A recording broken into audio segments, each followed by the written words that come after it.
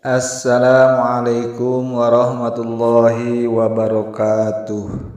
Wargi simkuring baraya sadayana anu sami-sami miharap ridho Allah sepuh nonoman bapa miwah ibu teh lap murang kalihna mugi asa papaosna sehat kalayan aya dina ridona Allah oge dihujanan ku rahmatna amin ya rabbal alamin.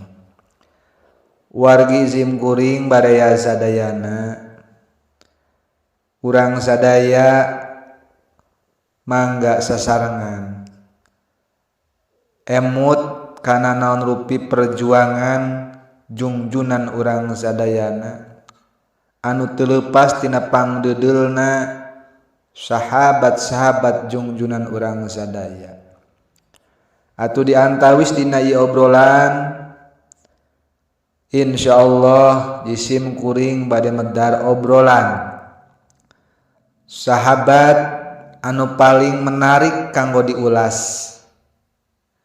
Patali tertarik nasim kuring ayeuna ngabahas atanapi ngahikayatkeun ieu sahabat Rasulullah sallallahu alaihi wasallam wirehna si setan we oge sampai ngompol gitu. Saking kusieun-sieunna ku ieu sahabat. Saha tu ieu sahabat teh yakni sahabat Umar bin Khattab radhiyallahu anhu. Sahabat Umar bin Khattab radhiyallahu anhu yakni 10 diantawis sahabat-sahabat Kanjeng Nabi Muhammad sallallahu alaihi wasallam anu dijamin lebat surga. Sahabat Umar bin Khattab nyaeta anu dikenal sahabat Kanjeng Nabi anu kacida tegasna kalayan keras pemberani dina negakeun eta ajaran-ajaran syariat anu dicandak ku junjunan Kanjeng Rasul kitu. Oge sanes bae ayeuna ngisahkeun sahabat Umar bin Khattab teh pedah we anjeunana seorang khalifah sanes atanapi anjeunana seorang sahabat anu paling dicintai ku Rasulullah, paling dipikar resep ku Rasulullah. Namun oge sahabat Umar bin Khattab sepatutnya kacida wajarna upami ku urang sebagai umat muslim nyata dijantenkeun contoh, dijantenkeun tuladan. Nyata dina menjalani kehidupan sehari-hari. Kugituna mangga urang milai ieu kisah sahabat Umar bin Khattab dina waktos anjeunana masih keneh nyaeta Umar ngora lah gitu, Umar muda gitu. Di masa mudana teh model kumaha sahabat Umar teh gitu. Sateu acana ayeuna ku Allah dilungsuran hidayah lebat ka Islam teh model kumaha Umar teh. Terus kehidupan sahabat Umar teh di lingkungan keluarga model kumaha sahabat Umar teh. Supados teu lepat paham tangtosna mangga simak ieu obrolan ieu hikayat dugikeun karengsena. Manawi ngersakeun mangga tiasa komentar, tiasa share ataupun atanapi bade subscribe oge mangga. Hatur nuhun sateuacana. Mugia ieu manfaat kanggo kahirupan urang sadayana kalayan urang sami-sami niatan anu sae pamugi janten ka saya. Umar bin Khattab dina waktos anjeunana nyaeta masa-masa muda, masa-masa ngora. Ternyata kahirupanana sahabat Umar bin Khattab teh nyaeta asalna ti suku Quraisy. Masih kene nyata golongan suku Quraisy. Malah nasab Umar nyata masih nyambung sareng jungjunan Kanjeng Nabi. Nyata leluhurna Kanjeng Nabi sareng leluhurna ayeuna Umar teh masih nyambung nyata dina nasab anu kasalapan. Mun ceuk bahasa urang teh mah masih saruyuk kitu. Masih sadapur. antawis Umar sareng junjunan Kanjeng Nabi. Nah ari suku Quraisy nyata di wilayah tatanan Arab terkenal, yakni suku Quraisy teh nyata klan Arab anu paling dihormati, paling disegani dina waktos zaman harita. Kumargi suku Quraisy di antawisna sebagian besar masyarakatna warga suku Quraisy teh nyata saudagar pedagang anu kacida baleungharna. Malah nu ngajaga Ka'bah ge panti suku Quraisy. Pengawas para peziarah di suku Quraisy. Ngan gahade berarti Ka'bah teh zaman kapungkurna teh berarti sanes Ka'bah sapertos ayeuna. Malah di antawis kisah nyaurkeun Ka'bah teh kapungkurna mah nyaeta dikelilingi malah dipinuhan kumang pirang-pirang tapekong gitu. Jadi di wilayah Ka'bah teh tapekong malulu kapungkurna mah nuju zaman jahiliyah mah tah anu ngajagana teh nyaeta suku Quraisy. Penyelenggara diplomasi teh naon wae buktosna ayeuna misalkan teh dina perdagangan, perdamaian sagala rupina, administrasi sareng peradilan nyaeta urang-urang suku Arab teh nyaeta anu janten komandanna teh atanapi mun bahasa urang teh mah luluguna sesepuhna teh ti bangsa suku Quraisy.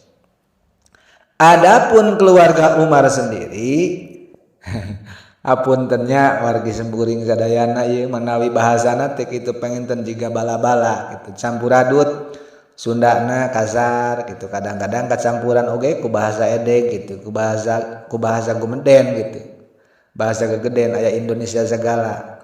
Apunten simkulina kita paham gitu, tepak itu waspaos gitu, janten ulah kirang-kirang nya ngamaklum. Apunten eta teh.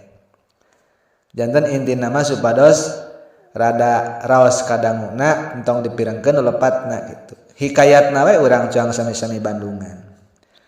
Tah janten keluarga Umar mah nyata di klan suku Arab teh di golongan kaum Quraisy teh nyata bila mana urang suku Quraisy ngumumkeun peperangan ternyata anu janten komandanna teh nu janten ayeuna pimpinan perangna teh nyata Khattab gitu. Saha tadi Khattab teh?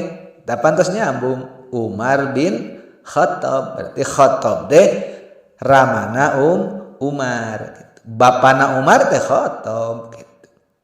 Tah Khattab teh tangtosna selalu dipercaya ku masyarakat suku Quraisy nyata anjeunana janten komandan pasukan wilayah-wilayah di suku Quraisy. Nya kitu deui akina Umar Nufail teh eta penggawa suku Quraisy anu paling disegani sareng paling dihormati sesepuh suku Quraisy. Tah Nufail teh akina Umar ternyata caket hubunganana sareng Abdul Muthalib. Kan nyambung berarti. Kelah saha Abdul Muthalib teh? Hari Abdul Muthalib teh yakni eyangna junjunan Kanjeng Nabi Muhammad sallallahu alaihi wasallam ka teu kenging hilap. Saha rama Rasul teh, saha ibu Rasul teh, saha paman Rasul teh, saha eyangna Rasul teh gitu kapendakan lah dina ieu oge hikayat oge. Dan akina eyangna Rasulullah teh ngagaduhan hubungan persahabatan sareng ayeuna eyangna Umar gitu. Nyata janten sesepuh janten lelugu di suku Quraisy. Iraha lahirna Umar teh nyata 13 tahun kacekna sareng Rasul. Janten yuswa Rasul tos 13 tahun nembe Umar lahir gitu. Janten saatosna junjunan Kanjeng Nabi lahir 13 tahun Umar mah nembe lahir di kota Mekah. Kirang langkung upami telepat dina tahun 580 genep Masehi. Atuh kituna bapana Umar teh Khattab teh sebagai komandan satria perang. Nyaeta anjeunana nincak remaja Khattab teh, nincak ayeuna umur atanapi yuswa 13 tahun teh. Selalu dididik berbagai macam-macam khas tradisi Arab. Naon wae nu biasana di Arab teh naon tradisina teh gitu. Sampaikeun ka ayeuna ngangon domba, ngangon ternak, ngangon onta sagala rupi oge nyaeta diajarkeun. Dididikeun ku Khattab teh ka Umar teh. Kan tenan sapertos ayeuna main panah, main pedang, main tombak, da emang kitu ilaharna di zaman harita teh. Rasulullah pun oge sami. Eta malah Rasul sampai nyunahkeun di antawis olahraga anu termasuk sunah kami nyaeta main tombak, main kuda atanapi menunggang kuda sareng renang eta teh nyaeta nu dianjurkeun ku Kanjeng Rasul. Tah Umar kayak gitu. Kamoro-morona gitu. Malah sanes ukur urusan sapertos kitu. Kan tenan urusan berarti tadi kan urusan fisik, urusan perang, urusan ikhtiar dunia dangdosna. Termasuk oge urusan kenegaraan, administrasi, nyata tulis menulis, hitung menghitung, baca membaca. Oge Umar dikenalkeun ka majmur-majmur, syair-syair, nadom-nadom dina waktos harita. Anu eta baca tulis, majmur, syair, nyata tradisi anu kacidal langkana di zaman harita. Hal eta pisan anu ngajantenkeun Umar nyata salah seorang pemuda anu paling cerdas, paling pinter, paling menonjol di antara nyata para pemuda-pemuda suku kaum Quraisy. Sampaikeun anjeunana nyata diangkat janten juru tulis terkemuka di kalangan suku Quraisy kitu. Janten intina mah aya teh kapungkurna ulis teh ulis Umar mun kitu nya. Paulis Umar kitu sateu acan nyata masuk Islam. Sehingga dina waktos awal tahun kanabian Kanjeng Nabi anu mampu nyata maca sareng nulis kan tenan ayeuna syair mah tiasa kaetan henteu seueur. Pami menurut hikayat mah keterangan mung aya 14 urang atanapi 17 urang wae anu tiasa maca tiasa nulis teh baru tahu huruf wae gitu. Malah Umar teh nyata piawai mahir pisan dina damel syair-syair. Nyata teh berkat ajaran nu janten bapakna. Kuramana teh Khattab teh gitu. Sanes mengukur pinter malah oge apal. Karena syair-syair Arab anu terkenal teh apal gitu. Anu tos dipayun aya teh syair-syair anu tos harilapeun deui nu sanes mah. Saterus zaman Kiwari gitu. Ilmu buhun teh atanapi pupuh teh atanapi dangdang gula teh pantos teu tiasaeun nama urang Sunda teh. Itu. Padahal mah eta teh budaya Sunda anu sakedahna dilestarikeun panteu teu aya tiasa ayeuna mah. Tah sahabat Umar anjeunana pahameun apaleun. Karena tradisi budaya nenek moyang kapungkurna teh gitu. Sehingga si Umar teh dijuluki anjeunana nyata sebagai kitab diwan berjalan. Naon atuh sih maksudna kitab diwan berjalan? Buku lempang cik urang nama. Tuh si buku lempang. Heuh saking pinterna kitu sagala aya, sagala nyampak. Tapi kahade teu kenging lepat mahal. Teu kenging ayeuna terlalu melebih-lebihkan nyata Umar. Sabab moal ngalalangkunganan kana kecerdasan, kebijaksanaan, kearifan sareng keberanianna jungjunan Kanjeng Nabi Muhammad sallallahu alaihi wasallam. Pedah nyaur kitu zote da dina ieu hikayat mah nuju nyaurkeun hikayat nyata Umar bin Khattab. Sanes kanten akalna oge anu sakitu pinterna, namun kemampuan fisikna perawakanana eta Umar teh nyata anu teu diragukeun. Sabab perawakan Umar teh nya jangkungnya badag fisikna teh mun bahasa orang teh mah sembada gitu. Sembada Umar. Gagah, tegap, gempal. Sorot panona anu kacida seukeutna. Malah anjeunana oge nyaeta janten salah sawios penggemar gulat. Malah sanes ukur penggemar janten jawarana gulat teu aya nu mampuheun nu nandingan kana nyata tanagana atanapi kemampuan ilmu gulatna silatna Umar. Saha wae oge anu ngalawan Umar pasti roboh, pasti eleh gitu. Di mana kitu Umar aya misalkan sok gulat diukaz. Eta ukaz teh mun bahasa urang teh nama gor lah gitu panginten. Gelanggang khusus tempat nyata olahraga. Tapi itu cuma ukur olahraga di ukaz teh. Nyata aya pasar oge, aya pasar ternak gitu. Aya pasar naon bae gitu. Ngan aya di nya tempat olahraga. Biasa Umar teh ngadokapan ka ukaz. Anu tujuanana nyata bade olahraga. Balap kuda gitu. Terus bade gulat. Oge Umar teh nya diantawisna sok ngiringan festival syair-syair sareng puisi. Teu saged dikatu mulang nati ukaz teh mulang nati tempat lomba teh ngagondol urang teh ngagondol piala gitu. Sabab selalu jadi juara, selalu janten jawara. Wa ima jawara balap kuda, wa ima jawara gulat kantenan eta jawara puisi, jawara syair. Menginjak dewasa Umar aktif nyata dina bidang urusan perdagangan. Ku cerdasna sareng cerdikna oge bersemangat kalayan kelincahanana anjeunna berdagang. Henteu cuman ukur nyata di wilayah Arab. Umar teh sampaikeun anjeunna terkenal ka semenanjung luar daripada Arab. Sapertos nyata ka Persia, ka Syam, ka Mesir gitu.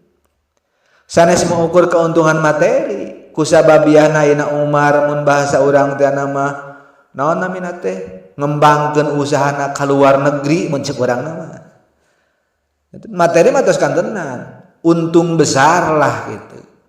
Tapi oge Umar teh nyata mendapatkan ilmu pengetahuan yang luar biasa. Hapunten wargi kumar kita biasa bahasa Indonesia janten balelo nya gitu. Bahasa Sunda lagi kan tenan tos puguh butut gitu keur magasar teh hapunten ya. Bari nyebat pengetahuan kalah pengetahuan. Janten Umar teh nyata kenging oge ilmu-ilmu anu sanesna. Sareng nyata nambih kacerdasanana sabab anjeunna mampu menguasai bahasa-bahasa sasanesna bahasa Arab. Sapertos bahasa Suryani, bahasa Ibrani sareng bahasa Persia diantawisna. Tah karena fisik sareng watakna anu kacida ayeuna pemberani sareng ayeuna kecerdasanana pengetahuanana Umar dina mangsa dewasana nyata ku suku bangsa Quraisy dijantenkeun nyata juru diplomasi mun bahasa kitu ari teh mah atanapi nyata duta besar janten nyata setiap aya permasalahan naon wae urusan sareng luar negeri pasti Umar anu janten pamimpinna gitu anu janten duta besarna gitu menawi. Bahkan bila mana aya perseteruan, permusuhan, perselisihan antara suku Arab sareng suku Arab nu sanesna teh eta Umar anu ngaislahna teh gitu. Mun urangna mah anu nya kitu anu memfasilitasi ngamusyawarahkeun supados teu janten huru-hara gitu didamekeun lah mun ceuk urang nama Umar nu diandalkeun teh gitu. Padahal mah seueur tokoh-tokoh di Quraisy teh nu langkung sepuh daripada Umar. Tapi ternyata katingali watak kepribadian ayeuna Umar anu sakitu hebatna gitu ceuk bahasa urang nama. Sampaikeun Umar teh dijuluki nyata Abu Faiz dina waktos harita nyata ku suku Quraisy, ku suku Arab teh mun ceuk urang teh mah manusia yang mempunyai kecerdasan di luar kecerdasan seperti orang-orang lain. Itu enten Itu cek bahasa Jerman nama pengen gitu. Atunya langkung berwibawa ya atuh Umar teh. Gitu. Sabab anjeunna keur mah pinter, mahir dalam segala urusan, dalam segala bidang, fisikna oge tangtosna sembada, akalna cerdas, turug-turug anjeunna ngagaduhan jabatan. Tajadeun jalma teh kadang gitu. Wibawana teh keur mah eukeur, hartana aya, jabatanana boga, kapinteranana ongkoh, cerdas, komo bari jeung nyaeta adil, atanapi nyaeta bijaksana. Komo lamun kitu. Pandi urang mah kadang-kadang sok deng-deng sabeula, teu saimbang. Aya nu beungharna, tapi kadang-kadang kirang ilmuna gitu. Aya nu gaduh jabatanana, pan teu aya kapinteranana. Aya nu gaduh kapinteranana, kadang-kadang teu aya jabatan jeung ilmuna. Pan kitu kadang-kadang di urang mah. Jajana ari sahabatna ari Umar bin Khattab mah eta mun ceuk bahasa urang teh mah masagi gitu. Kacida masagina. Di saat-saat Kanjeng Nabi Muhammad sallallahu alaihi wasallam ngumumkeun masa kenabiannya, Umar kirang langkung yuswana nyaeta 27 tahun. Henteu ari diumumkeun mah ku Kanjeng Nabi teh gitu. Masa kenabian teh ngan anu namina beja gitu. Sok kadang pabeja-beja. Dan dina waktos ena Kanjeng Nabi diangkat ku Allah janten Nabi sinaran Rasul, Nabi dakwah ngajak nyata kana agama, kana ajaran syariat anu dicandak ku junjunan secara sembunyi-sembunyi. Tapi kapirengan ku Umar. Umar nyata Yusuf tos dewasa 27 tahun. Jadi pembesar orang Quraisy. Jadi pembesar Quraisy muda lah Umar teh gitu. Mirang hal eta teh atuh Umar teh kacida sewotna, kacida amarahna, kacida nafsuna ka Muhammad gitu. Bahasa Umarna, bahasa anjeunana ieu Muhammad teh biang kerok, biang keladi. Sabab ieu Muhammad geus nentang nyaeta kana ajaran-ajaran leluhur atanapi nyaeta geus pasalia jeung ajaran nenek moyang. Malah Nabi Muhammad teh dina waktu sarita eta ku suku Quraisy teh ku kaum-kaum Quraisy dianggapna teh dukun atanapi penyair anu gelo gitu. Anu hayang popularitas, anu hayang sensasi, keur caper eta mah Muhammad mah da sabab manehanana dilahirkeun nyaeta dina kaayaan yatim bari jeung miskin. Jadi ceuk keur tah mah keur neangan perhatian we ceuk suku Quraisy teh gitu. Teu percanteun yen Kanjeng Nabi yen Rasulullah nyata diangkat ku Allah Subhanahu wa taala janten Nabi sinarang Rasul. Ringgasna puncak amarah Umar bin Khattab nyata ka Kanjeng Nabi di saat keluarga Umar bin Khattab aya nu masuk Islam. Tuh panteu apaleun Umar ge keluargana aya nu lebat Islam teh. Da sabab nyebarkeun na agama sakumaha parentah Allah junjunan teh nyaeta secara susulumputan kitu. Harwas harewos anu kieu kitu cek urang mah henteu terbuka. Sehingga Umar bin Khattab teh ambek gitu. Ngagugudug amarahna. Ayeuna di kalangan kaum Quraisy terjadi perpecahan. Terjadi perselisihan ieu sakabehna gara-gara ulah Muhammad. Biang kerokna Muhammad. Anak jeung indung bapa geus beda keyakinan. Antara budak jeung majikan geus beda keyakinan. Anu antukna timbul perselisihan malah teu saeutik nu disiksa. Ieu gara-gara Muhammad ceuk Umar dina pikirna malah lain cuman mikir tapi eta Umar teh ngagembor-gembor ka nyata kaum Quraisy yen ieu urang kaum Quraisy jadi kieu jadi gimreung teu damai seperti baheula gara-gara aya nyata nu mamawa ajaran anyar gitu.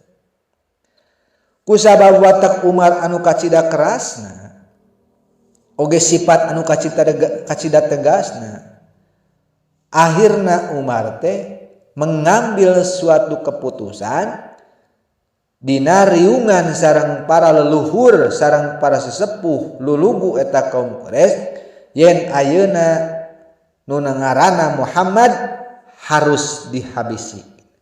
Kedah dipaehan Muhammad teh euy ari kieu carana mah cek Umar teh.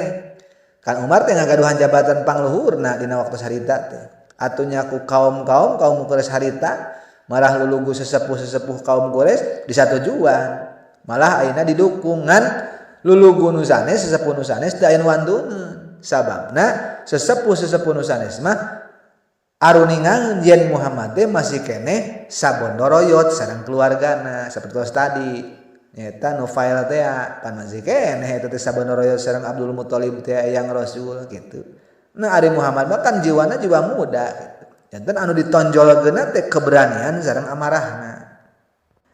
Henteu nunggu minggu henteu nunggu bulan. Kenjling we cek urang mah gitu. Isuk-isuk teh indit Umar teh kaluar ti bumina bari jeung pedang geus dilugas. Pedang teh disarangkan dijiwir pedang teh ngahaja gitu. Kasorot ayeuna ku panon poe teh meuni gugurilapan ting gurilang ngaluarkeun ayeuna cahaya anu kacida serabna saking ku nembongkeun yen eta pedang teh sakitu sekeutna rek nuju nyaeta ka tempat Kanjeng Nabi Muhammad sallallahu alaihi wasallam.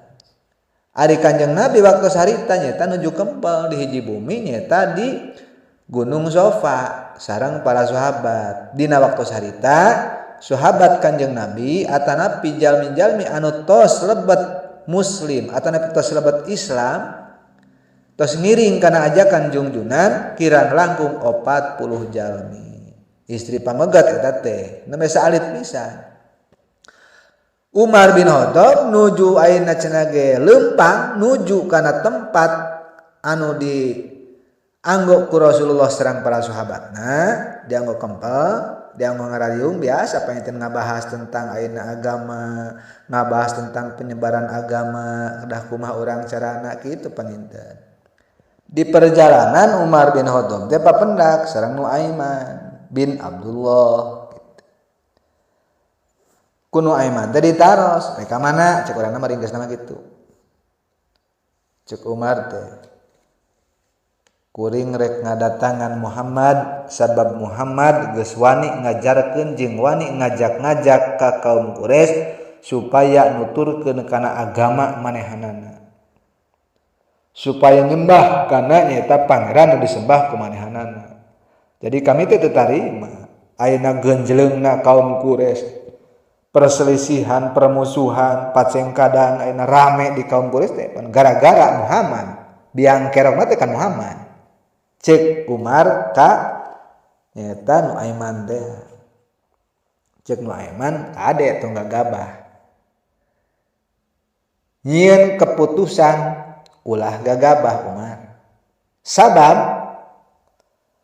anjeun teu nyaho kumaha sabenerna ayeuna ajakan jeung ajaran Muhammad teh. Tong gagabah kumaha cek Umar? Justru kami teh geus menang memperhitungkeun. Tong babora aya ngaran Muhammad. Nu kaayaanana bari jeung di lingkungan kahirupanana sakitu kanyataanana. Sakabeh ayeuna pembesar kaum Quraisy ge. Eueuh ngutusieun ku kami cek Umar. Lain kitu cek Nuaiman. Sabab di antarana keluarga anjeun oge geus aya nu asup ka Islam, geus ngilu kana ajaran Muhammad. Atuh ngajenghok Umar teh. Naon piraku. Atuh kuring teu nyaho cek Umar. Nu bener atuh adi anjeun jeung kakak ipar anjeun teh geus asup Islam. Atuh eta Umar teu kacek ayeuna mikir deui mun ceuk bahasa Mang Jaya teh mah lir ibarat ayeuna teu ngusap remeh dina birit-birit acan balik kanan langsung mulih deui langsung balik deui menuju ka imahna. Ari di imah Umar teh di bumi Umar teh nyaeta Khobab nuju nyaeta maca Al-Qur'an surat Toha kitu. Barang mireng lengkahna Umar Khobab nu aya di eta bumi nuju maca Quran surat Toha langsung nyamuni langsung nyumput Khobab teh gitu. Teras lembaran-lembaran Al-Qur'an tadi nyata dicandakan ku Fatimah nyata putrina Khattab teh putrina Khattab teh disumputkeun eta lembaran teh kitu. Dongkap wae ka bumi cek Umar teh. Fatimah naon tadi nu dibaca cek urang gitu. Tidinya nyata muncul Sa'ad bin Zaid nyata carogena Fatimah. Nya duh katunya cek urang gitu Sa'ad sareng Fatimah teh kompak ngawaler. Da abdi mah teu mireng naon gitu. Cek Umar teh tong bohong Sa'ad. Sabab kami geus nyaho wirehna maneh geus asup agama anu diajak ku Muhammad. Bari jeung eta Umar teh teu cuman ukur nyarios, tapi langsung eta nyiksa ka Sa'ad sampai tanpa disengaja Fatimah oge nu janten raina kateungeul ku Umar teh sampai nyata pingsan ambruk nyata keluar darah, keluar getih tina bahamna. Barang ningali ayeuna Fatimah ambruk biwirna ngaluarkeun darah, Umar ngalenyap. Ngaraoskeun lepat, ngaraoskeun salah gitu. Sabab geus wani-wani neunggel eta kanu janten keluargana, kanu janten raina. Langsung digabruk, langsung dirangkul, teras tosna sadar Umar naros ka Fatimah kalayan lemah lembut. Fatimah, sabenerna naon tadi nu dibaca? Cik coba ka dieu ningali ieu. Ka dieu coba kami hayang nempo. Tulisan naon tadi teh? Fatimah ngawaler. Mun cik urang mah cik urang kieu, kakak mah jalma najis. Sedengkeun eta lembaran teh lembaran suci. Da kakak mah nyaeta jalma musyrik, teu percaya ka pangeran nu diajak ku Muhammad. Sedangkan eta lembaran teh kan lembaran suci tiasa dirampak, bisa dibaca ku jalma nu suci. Atunya ngajenghok Umar teh barang mireng waleran ti rai nanti Fatimah teh. Terus kudu kumaha tuh? Minimal mandi atuh kitu cek urangna mah meureun kitu lah cek urangna mah. Atuh Umar teh kacai we gitu. Mandi ibak cek urangna. Saatosna ibak atuh cenah geuningan teu wudu heula, heuda can apaleun wudu atuh mar harita mah. Da masih kene jahiliyah masih kene musyrik. Ayeuna Fatimah teu ngajarkeun da can diajarkeun wuduna ge, nu penting mandi we bersih gitu, diniatan suci. Dipasihkeun nyata ku Fatimah ka Umar teh karakana. Barang dibuka teras dibaca ternyata nyata surat Toha. Anu unina nyata bismillahirrahmanirrahim. Dhaha ma anzalna 'alaikal qur'ana litasqa illa tadhkiratan liman yakhsha. Dugikeun ka rengsena surat Toha anu aya dina lembaran nyata dibaca ku Umar teh. Umar teh kagum kitu. Ayeuna cenah ge ningali jeung maca kana eta bacaan teh. Ceuk Umar teh, Fatimah, geuningan ieu bacaan teh kacida indah nya. Ini kacida mulia na ieu kata-katana teh ini kacida indahna cenah kitu. Seolah-olah juga kata mutiara seolah-olah ngelehkeun nyata syair-syair puisi-puisi nu meunang kuring ceuk Umar teh. Barang mireng ka saurang kitu, Khobab anu nuju nyamuni langsung keluar. Ti panyamunianana gitu.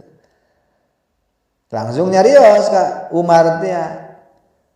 Mudah-mudahan Umar anjeun teh sing kenging hidayah ti Gusti anu dipangeranan ku Nabi yakni Nabi Muhammad sabab kuring pernah ngadangu nyata Muhammad seorang nabi ngaduakeun kalayan ngadua ka Gusti ceuk dina eta doana duh Gusti mugi Gusti teh muatkeun ya agama Islam teh ku ngalangkungan nyata jalma anu disebatna Abu Al-Hakam binti Syam teh sareng kuatkeun ya agama Islam teh nyata ku Umar bin Khattab kitu. Tah Nabi teh pernah nyarita kitu. Cek Umar teh teu loba nembalan. Di mana Muhammad ayeuna? anu pajarkeun Khabbab mah nyaeta Umar naroskeun Nabi Muhammad teh Kanjeng Rasul nyaeta bade sadar. Wartoskeun ku Khabbab teh di Bukit Sopa cenah di bumi anu belah anu. Henteu pamiteuna langsung turun. Anggere pedang masih keneh ayeuna di hunus, masih keneh ayeuna di lagar teh di sarangkaan gitu. Hayu we disubat sabetkeun salami ayeuna di perjalanan teh. Sampai akhirna Umar ngadobrak nyata pager bumi anu ditempatan ku Kanjeng Nabi sareng para sahabat teh.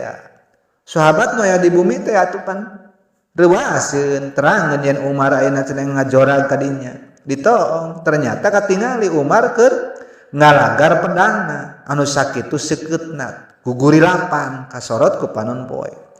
Tah sahabat teh war terus kajungjunan jeung sahabat-sahabat anu sanes nu area di dinya sapertoskeun sahabat Abu Bakar, sahabat Ali, malah sahabat Hamzah anu nembe nyaeta anjeunna lebet mualaf lebih menembet Islam teh. Sahabat Hamzah teh nembean disami mualafna teh. Saur sahabat Hamzah mun bahasa urang nama kieu, keun we antepkeun. Lamun manehanna hade ku urang dipesehan hade, dibere hade. Lamun manehanna goreng nya ulah dibere ampun. Pedang bawa manehanana nu bakal maehan diri manehanana. Mun bahasa gaul teh masuk aya bahasa lu jual gue beli kan gitu. Gitu cek bahasa budak ngora mah kan gitu. Saur Rasul nyaur ka sahabat, sok bukakeun pantona, linggihkeun ayeuna ka ieu bumi. Cek Rasul teh kitu. Disambut ku sahabat teh, disumanggakeun. Barang ayeuna asup ka imah, Umar teh langsung ngajorag eta nyamperkeun ka junjunan Kanjeng Rasul anu Maha Agung gitu. Ku Rasul teh ditewa. Mun bahasa urang teh mah diseret dibawa ka kamar eta dipisahkeun di antara sahabat-sahabat anu sanesna. Barang di kamar langsung eta Rasulullah teh nyandak tali lancingan mucik urang teh gitu. Naon lah tali lah hikayat mah gitu. Umar teh langsung we ditangkep ku eta tali teh diadekeun kana awakna. Bari jeung Rasulullah nyaur kieu ka Umar teh. Sabenerna anjeun rek naha datang ka dieu. Naon tujuan anjeun teh? Lamun bener rek maehan kuring cek urang sok geura paehan. Da teu aya manfaatna kuring.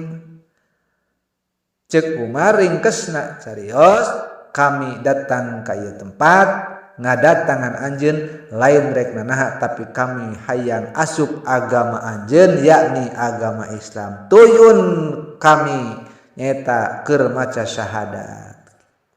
Atur Rasulullah teh ngagorowok histeris. Bari jeung maca takbir Allahu Akbar, masyaallah. Jalma anu sakitu garangna eta.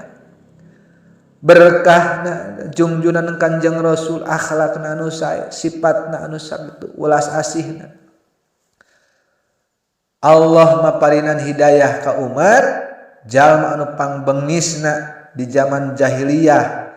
Ugi jalma anu pangkasarna pribadianana ina tegas sareng wani model kumaha wae teh anu mumpan.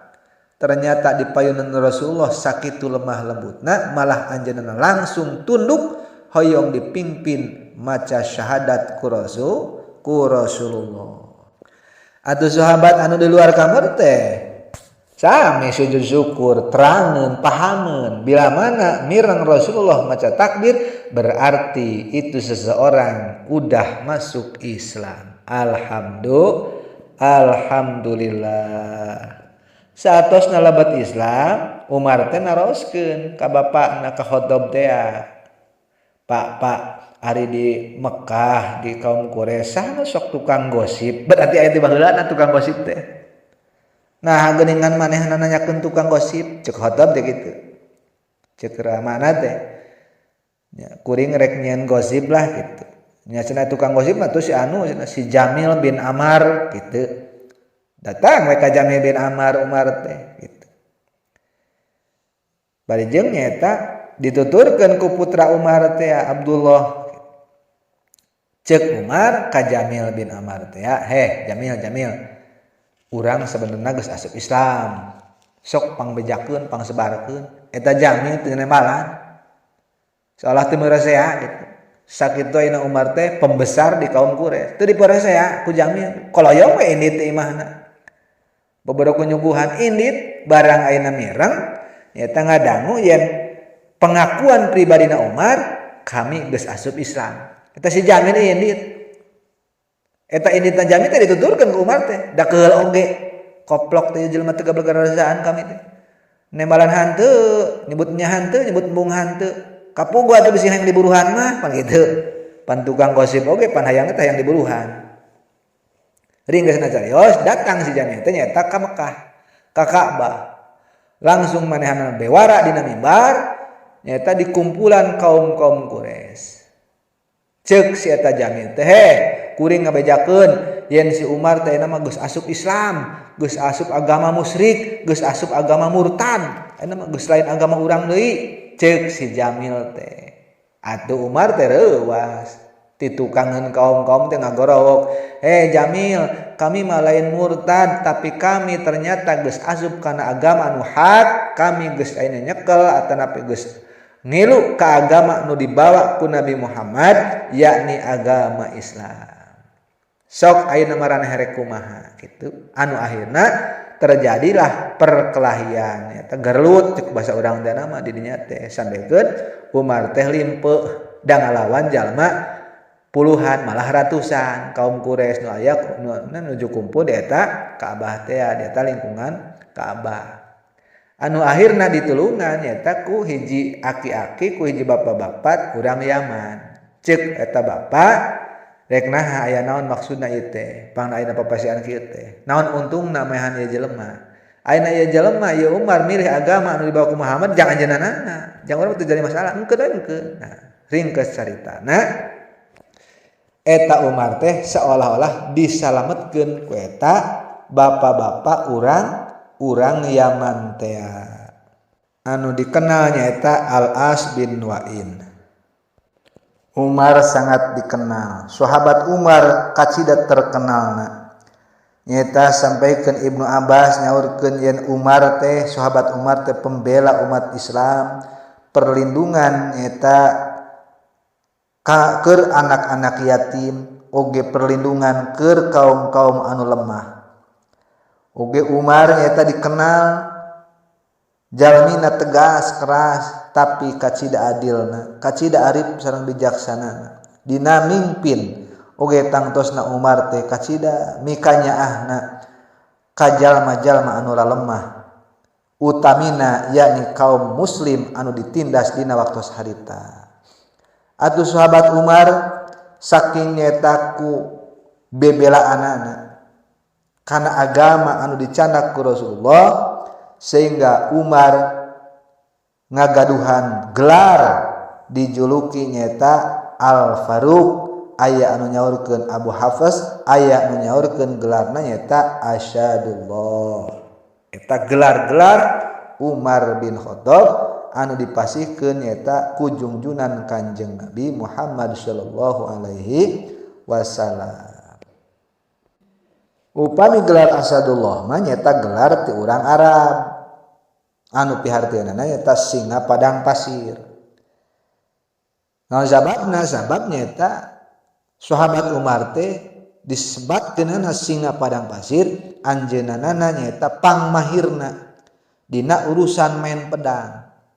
Upami dicontohkeun teh mah upami main pedang teh selir ibarat kilat anu meulah angkasa gitu. Saking ku teu katinggalina sabetan sapedat pedang sakali nyabet musuh teh 10 beak gitu. Di 100 musuh we mah ngan sakicep mencek bahasa urang teh mah. Jadi di telahna teh Asadullah ta upami Al-Faruq Abu Hafs eta mah eta julukan ti junjunan Kanjeng Nabi Muhammad sallallahu alaihi wasallam. Al-Faruq teh pembeda hak sareng batal, ari Abu Hafs nyata ceuk sakaul ulama mah anak singa gitu.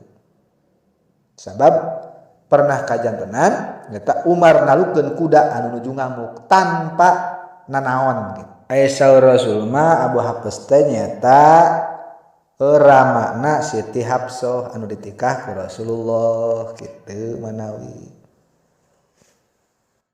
Malah oge aya nu nabihan di antawisna eta gelar Umar teh muhadatsin. Naon margina pangnadaina cenah digelaran muhadatsin? Umar teh sahabat Umar teh sanes golongan para nabi. Tapi sahabat Umar bin Khattab bila mana anjeunana berpendapat kadang-kadang eta pendapat teh nyaeta kacida leresna. Akurat lah gitu. Di antawis contohna sapertos pendapat sahabat Umar bin Khattab anu sesuai sareng wahyu nyaeta sapertos di antawisna aya pendapat Abu Bakar As-Siddiq sareng nyaeta condongna Rasulullah para tawanan-tawanan perang urang kafir teh entong dibunuh tapi nyaeta dihilian cek urang nama dihilian ku upeti lah gitu sok dibebaskeun tawanan Quraisy tapi dibayar gitu tah sahabat Umar mah teu satujueun bagus nama ieu teh dipaehan mending kana dipaehan ieu tawanan teh ternyata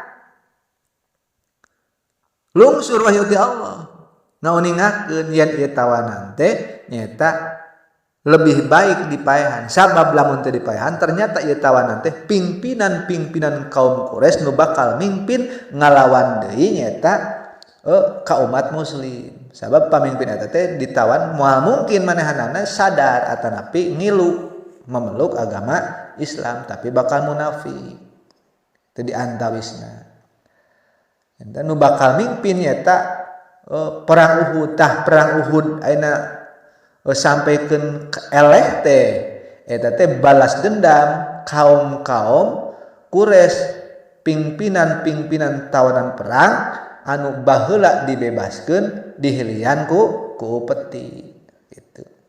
Si eta kaum kafir teh pamimpinna teh balas dendam da sabab eleh dina waktu nalika perang Badar. Di antawiskeun sapertos nyaeta maqam Nabi Ibrahim. Tah maqam Ibrahim teh aya di antawis bagian Masjidil Haram teh eta teh sababiah usulanana sahabat Umar bin Khattab gitu. Sami eta dikiatan ku wahyu ti Gusti Allah. Aya deui di antawisna nyaeta sapertos istri-istri Rasul dicadar ataupun istri Rasulullah anu kantos aya anu ceuk basa urang mah ngambek ka Rasul teh.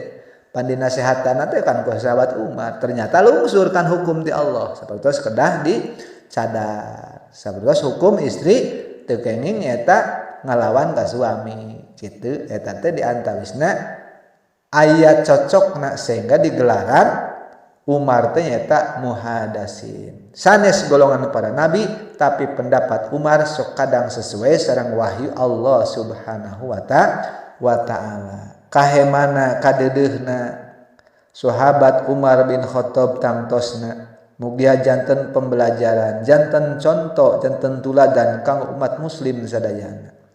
Sabab sahabat Umar selain daripada tegas, selain daripada anjeunana berwibawa pemberani dalam segala hal urusan bidang agama dina negakeunana amar ma'ruf nahi munkar, sahabat Umar bin Khattab anjeunana oge anu ngajamin kahirupan eta kaum umat muslim anu lemah dina zaman harita. Di antawisna sapertos eta sahabat Ansor anu ngiring ngabelaan sareng Rasulullah dina waktos nyaeta ngalih atanapi hijrah ka Madinah. Ternyata ku sahabat Umar dipasian tunjangan 4.000 dinar tiap tahunna. Istri-istri Rasulullah sami dipasian tunjangan. Dan Rasulullah mah kantenan pada uning ngasadayana kehidupanana sederhana. 12.000 dinar ti sahabat Umar. Para penghafal Al-Qur'an 2.000 dinar sadayana eta ditanggung ku sahabat Umar bin Khattab radhiyallahu anhu.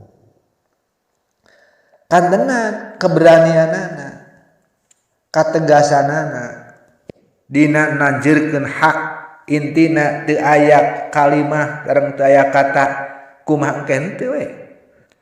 Tah ku sabab sapertos kitu sifatna Umar. Kacida diseganina kacida dihormatina, kacida dipikasieuna ku sadaya jalmi. Urang-urang kafir Quraisy sadayana sieun ku sahabat Umar radhiyallahu anhu.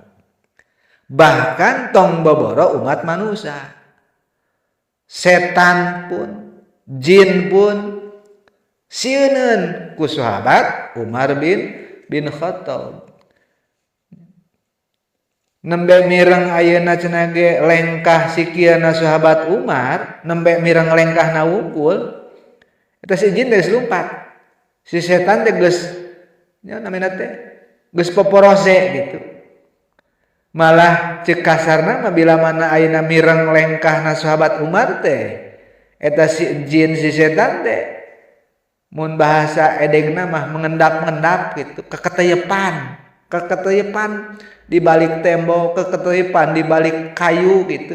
Nyamuni da bising kanyawan ku sahabat Umar. Bila mana ayeuna si setan rek usaha mencek urang mah rek ngagoda jelema, rek ngesatkeun ayeuna cenah ge umat muslim, sok milihan jalan anu sakira-kira teu papanggih teu papendak sareng sahabat Umar bin Khattab. Dina kalana amprok sareng sahabat Umar bin Khattab eta si jin eta si setan harita keneh ceuk kasarna sampai ngompol dina calana saking kusieun-sieunna nyaeta ku sahabat Umar bin Khattab. Janten judulna dina ieu hikayat nyaeta setan jin ngompol papendak sareng Umar bin Khattab. Sampai ngompolna setan oge. Jika kumaha eta ompol setannya kabayang. Ompol jelema wae bau, komo ompol setan. Komo ompol jin. Masya Allah, mugia aya manfaatna. Wallahu a'lam.